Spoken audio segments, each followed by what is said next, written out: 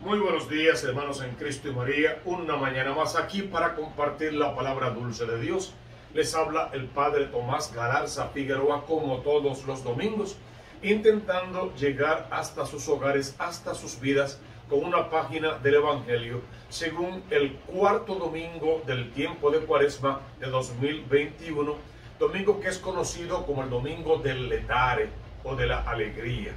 En 3 semanas más estaremos celebrando el Domingo de Ramos y con él el inicio de la Semana Santa. Y la Iglesia como que hace una pausa, un descanso en este itinerario para alegrarnos un poco de la idea de que la resurrección está próxima y podemos ya comenzar a sentir esa alegría del resucitado, esa alegría del cumplimiento de todas sus promesas. Le pedimos por favor que nos mantengan en sus oraciones y desde aquí le prometemos nuestras oraciones. Por eso le suplicamos que abajo en los comentarios nos dejen las intenciones que tú quieres que llevemos a la Eucaristía, y siempre en una intención especial colocamos tus intenciones y oramos para que Dios escuche tu plegaria, atienda tu necesidad y te dé justamente lo que precisas para salvarte. La primera lectura de hoy está tomada del segundo libro de las Crónicas, que nos cuenta todas las peripecias que el pueblo de Israel vivió en la tierra prometida. Mira qué interesante es lo que se nos está narrando hoy. Es la narración de toda una historia, trágica si quieres, terrible si quieres, pero en fin de cuentas historia de salvación. Va a narrarnos algo así como el final de la monarquía. Se trata de un conjunto que describe más detalladamente el libro de los Reyes en el capítulo 23 y siguientes. Pero el historiador, el cronista en este libro, él pasa rápidamente sobre el periodo sombrío que corre entre la reforma religiosa de Josías y la restauración nacional y religiosa de vuelta del exilio de Babilonia. Saben que el pueblo estuvo casi 70 años allá, otra vez esclavizado en Babilonia, después que la ciudad de Jerusalén fue destruida y ellos llevados cautivos como esclavos por años, por décadas, a vivir la esclavitud otra vez en Babilonia. ¿Qué dice la primera lectura de hoy? Que dijimos, está tomada del libro de las Crónicas, capítulo 36, versos 14 al 16, versos 19 al 23.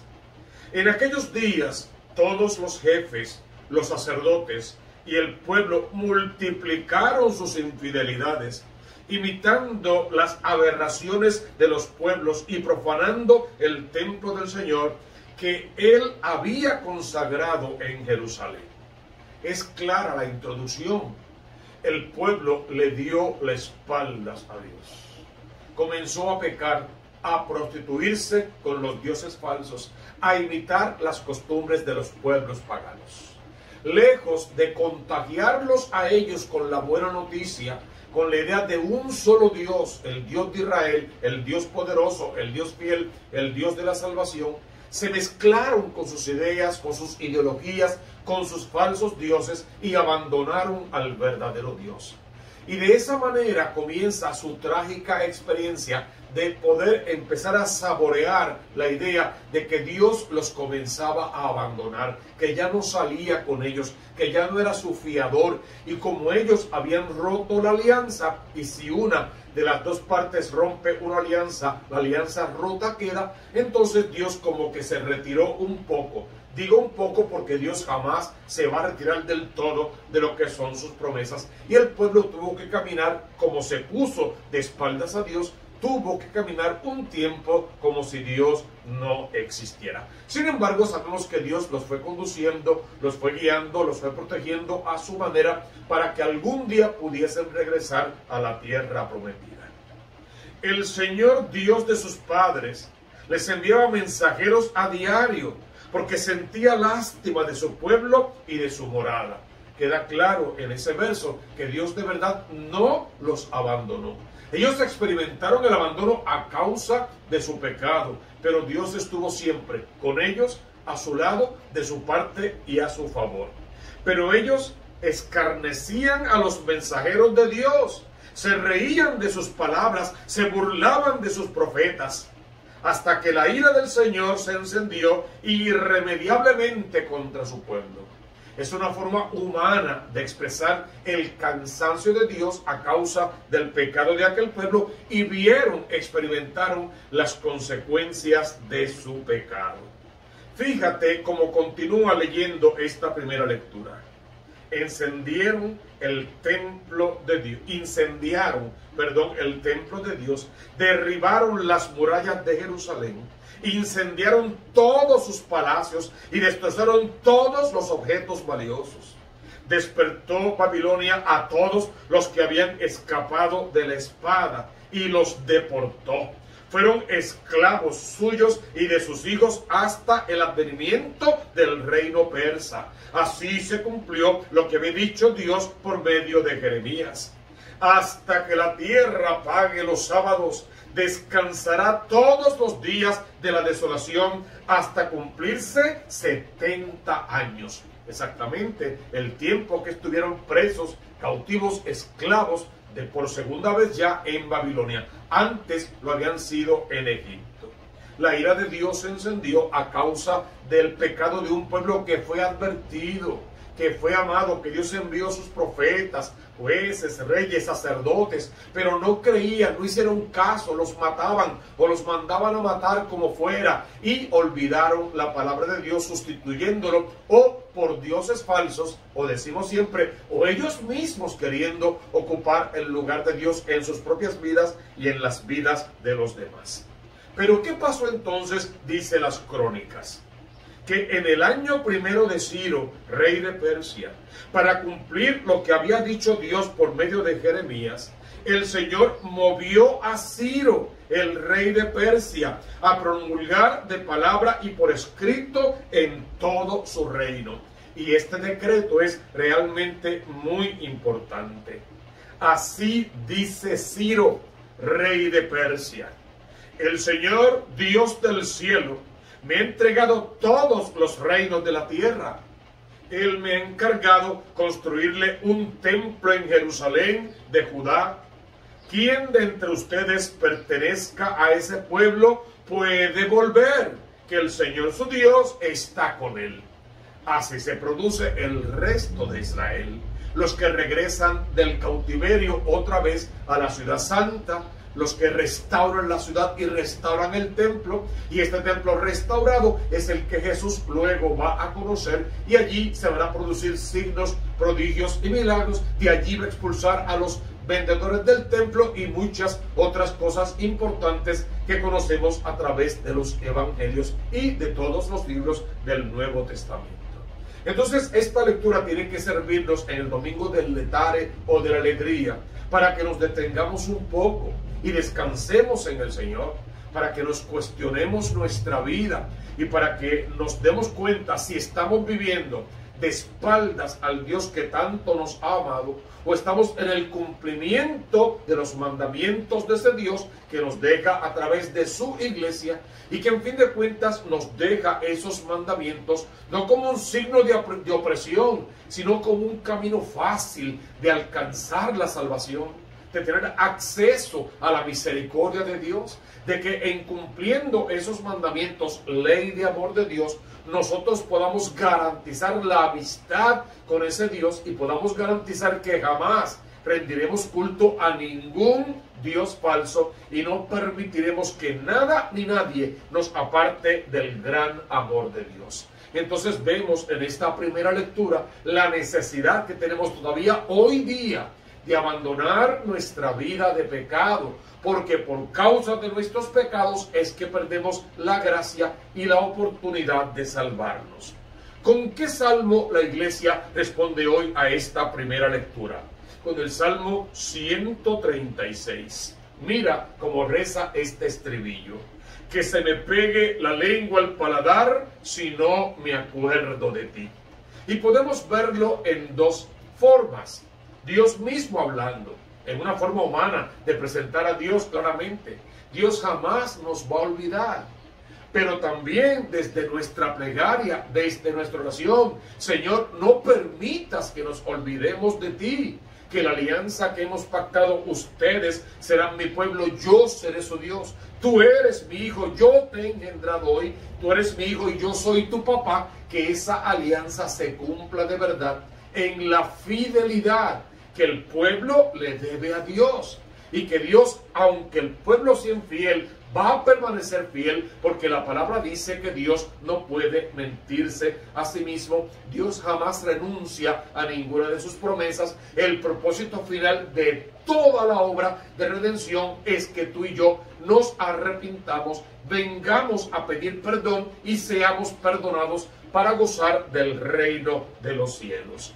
¿Cómo leen estos versos hermosos del Salmo 136?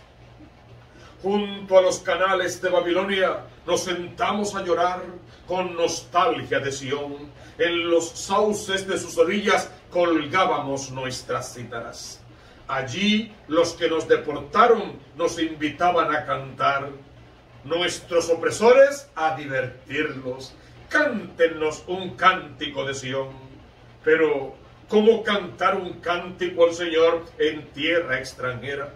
Si me olvido de ti, Jerusalén, que se me paralice la mano derecha, que se me pegue la lengua al paladar si no me acuerdo de ti, si no pongo a Jerusalén en la cumbre de mis alegrías. Es la opresión, es el dolor de sentirse y saberse esclavo, y de conocer la razón por la que soy esclavo. Rompí mi alianza con el Señor de la libertad, y al pactar por mi pecado con dioses falsos, me hice esclavo de esos dioses falsos, de ese pueblo extranjero y de mis propias pasiones y necesidades puramente mundanas. Entonces, Señor, no quiero olvidarme de la ciudad santa, ni del templo del Señor, de la casa de Dios, ni de los atrios de la casa del Señor, ni de tu presencia, Señor. Y podemos gritar como gritaba Caín: Señor, no me prives de tu presencia, no me apartes de tu amor, no me arrojes de tu casa. Déjame permanecer en tu casa, alabando y bendiciendo, glorificando tu nombre que es excelso, y gozando de los alimentos, por lo menos de las migajas que caigan de la mesa del Señor. En esta hora santa y con este salmo podemos alabar al Dios que vive desde nuestro cautiverio, desde nuestra opresión, desde la tristeza, tal vez la desesperación, la angustia, desde la soledad, desde la depresión, desde la amargura, desde saber y reconocer que hemos faltado, que hemos cometido iniquidad, que nos hemos apartado del verdadero amor y ahora nos la pasamos mendigando amores pasajeros de este mundo que, decimos siempre, no contienen ni palabra de salvación ni promesa de vida eterna. El llamado es retorno a casa, de vuelta a la casa de papá.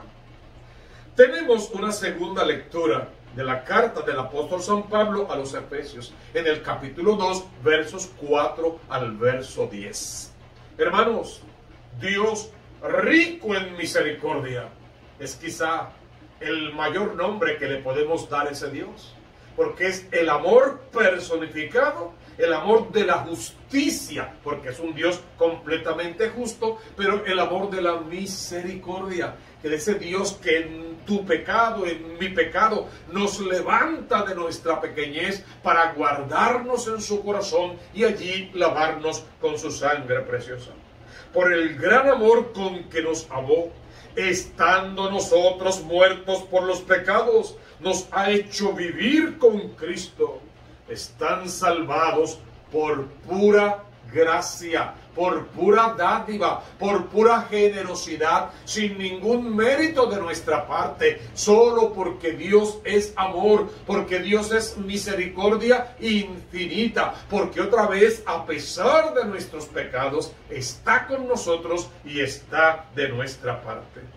Nos ha resucitado con Cristo Jesús, nos ha sentado con Él en el cielo, para revelar en los tiempos venideros la inmensa riqueza de su gracia mediante su bondad para con nosotros en la persona de Cristo Jesús. En efecto, continúa diciendo la palabra, por gracia están salvados mediante la fe. Y esto no viene de ustedes, es don de Dios. Tampoco viene de las obras que realizamos, no es por méritos nuestros, quiere decir San Pablo.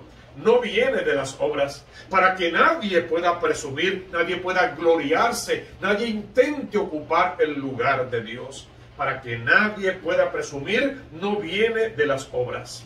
Somos pues obra suya, hechura de sus manos, soplo de su aliento, razón de ser de la obra maestra de la creación y la razón por la que la sangre de Cristo es derramada en la cruz, para que todo el que cree en Él no se pierda, mas tenga vida eterna.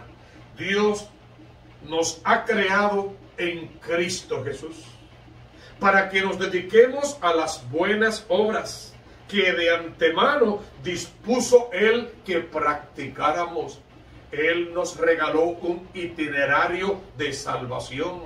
Y la cláusula, por decirlo de alguna manera, de ese itinerario: sean santos como el Padre del cielo es santo. Vamos a ser imitadores de Cristo.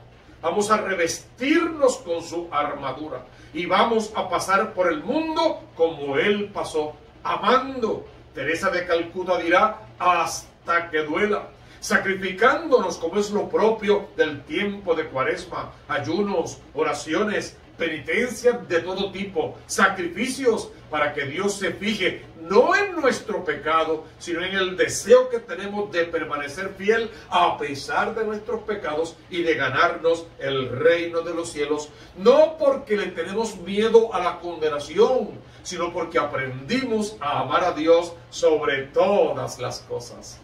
Y el evangelio que la iglesia nos tiene preparado para este cuarto domingo del tiempo de Cuaresma, el domingo del Letare, de la alegría, está tomado según San Juan, en el capítulo 3, versos 14 al 21. Es una historia hermosa que conocemos bien de memoria, y los datos de esta historia también están tatuados en nuestra mente y en nuestro corazón.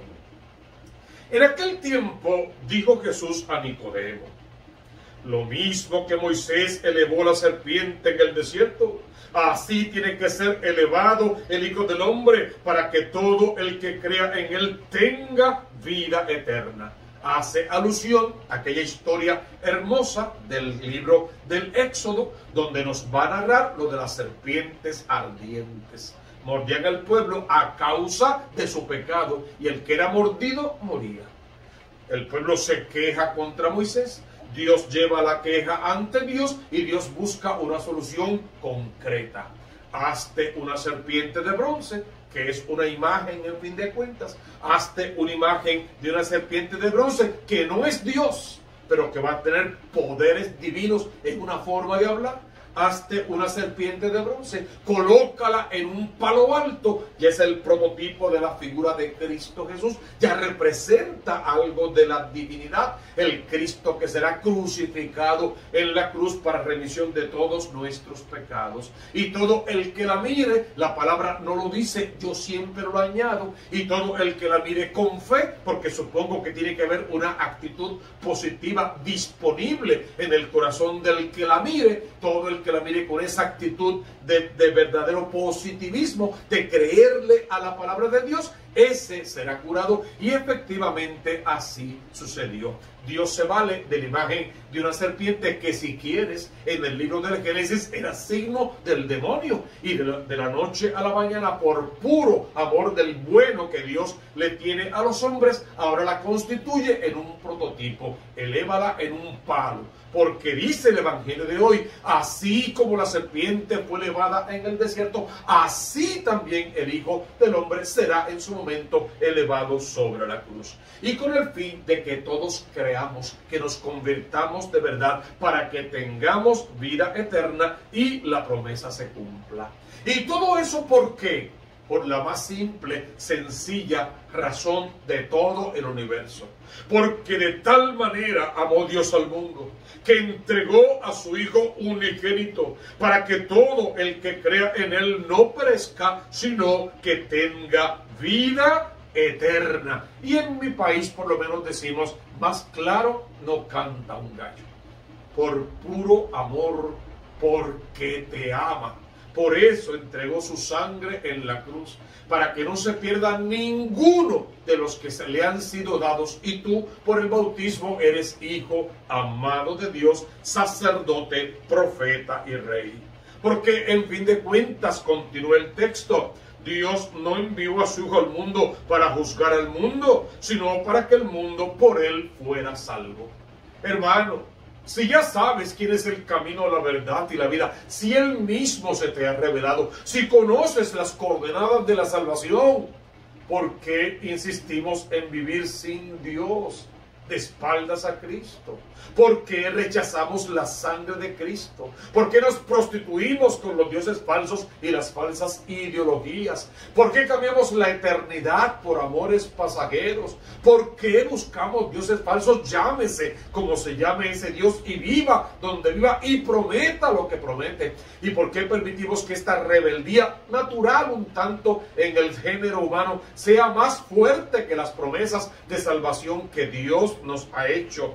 Él no vino para juzgar este mundo. El justo juez no vino a juzgarte. En fin de cuentas, nuestras obras, buenas o malas, son las que dictarán el juicio sobre nuestra vida y para la eternidad. Entonces el justo juez, que no vino a juzgarte, solo quiere darte oportunidad tras oportunidad para que te conviertas y vuelvas a la casa de papá. Y mira entonces cómo lo describe el evangelista de hoy. El que cree en él no será juzgado. No necesita un juicio. Sus obras dicen que por haber creído y haber vivido como este Cristo manda, su alma ha sido lavada en la sangre del Cordero. Ven, siervo bueno, has sido fiel en lo poco, tendrás mucho para administrar en el reino de los cielos. Pero el que no cree ya está juzgado. Si rechazó la sangre de Cristo, rechazó la redención, rechazó al que lo podía salvar, automáticamente hizo una opción preferencial por la condenación. Porque el que no está conmigo está contra mí. El que conmigo no recoge, desparrama. Y con la misma vara que midas serás medido. Entonces necesitamos examinar bien estas palabras para pedirle al Señor: creo en ti, Señor, pero aumenta mi fe, enséñame a creer y a esperar contra toda esperanza y amar con las mismas fuerzas que amas tú, para que el que me mire te vea, el que me siga te encuentre, el que me escuche, escuche palabra de Dios, y el que ponga la fe en el Cristo de la gloria jamás será defraudado, porque podrá repetir con Pablo: todo lo puedo en aquel que me conforta. El que cree en el Hijo del Hombre no será juzgado. El que no cree ya está juzgado, porque no ha creído en el nombre del Hijo único de Dios. Este es el juicio. Y nos remonta un poquito al principio del libro del Evangelio según San Juan, a ese prólogo hermoso de ese Evangelio.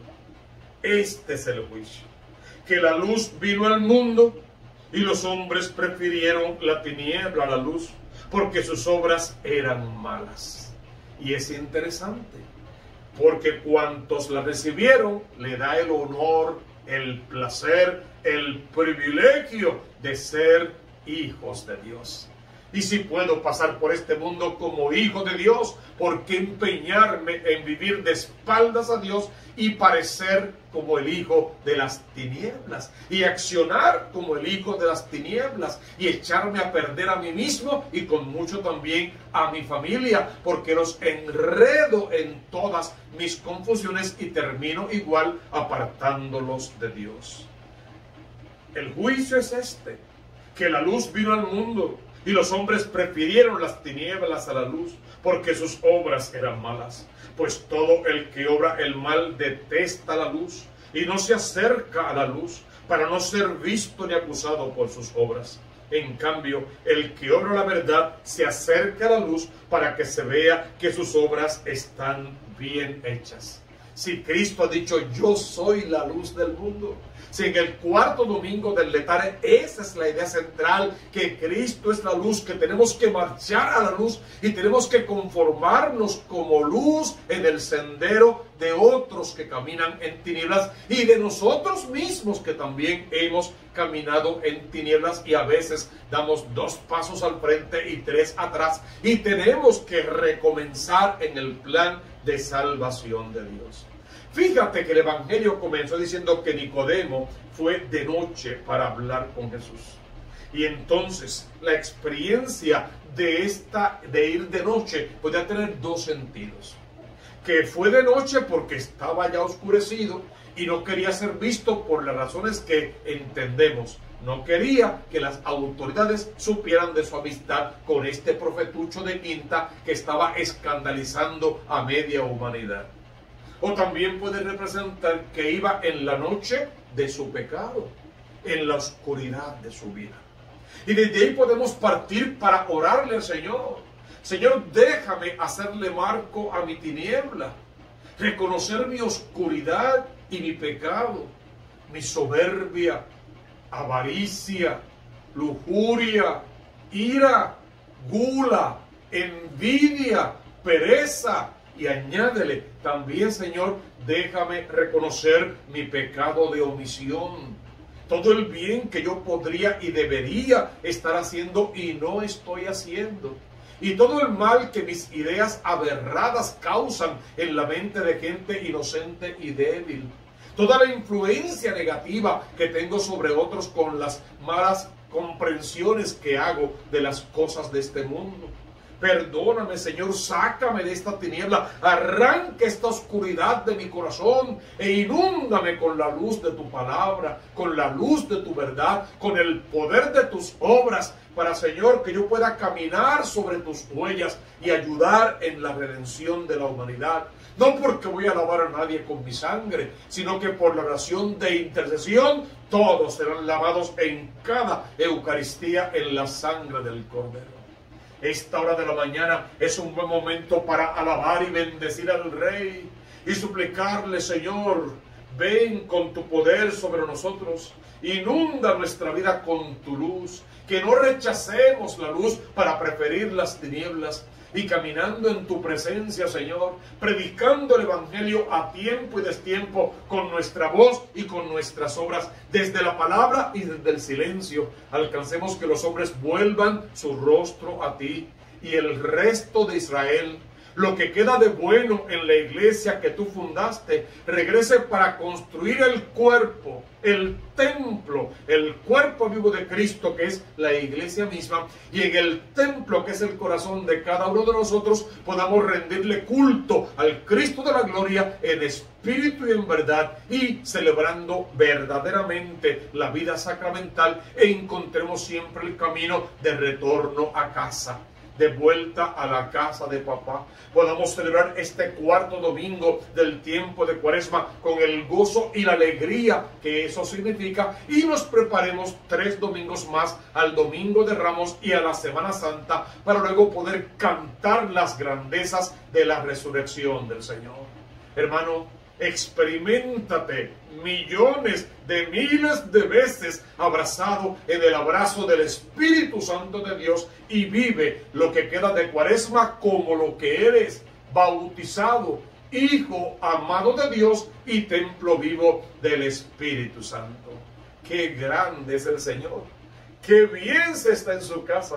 Y qué rico experimentarse completamente poseído por la luz de Cristo, que nos deja ver exacto el camino hacia la santidad. Tú conoces la consigna: busca primero el reino de Dios con su justicia, y todo lo demás vendrá por añadidura. Suscríbete al canal de la Diócesis y a este canal. Deja tus comentarios, tus sugerencias y las intenciones para la misa. Colócalo en todas tus redes sociales. Ayúdanos a evangelizar. Dale like para que otros más lo encuentren en sus búsquedas. Toca la campanita para que recibas las notificaciones de los videos que subimos todos los días. Y otra vez, ayúdanos a evangelizar. Prepara tu corazón para que puedas recibir la bendición de lo alto. En el nombre del Padre, y del Hijo, y del Espíritu Santo. Amén, amén y amén.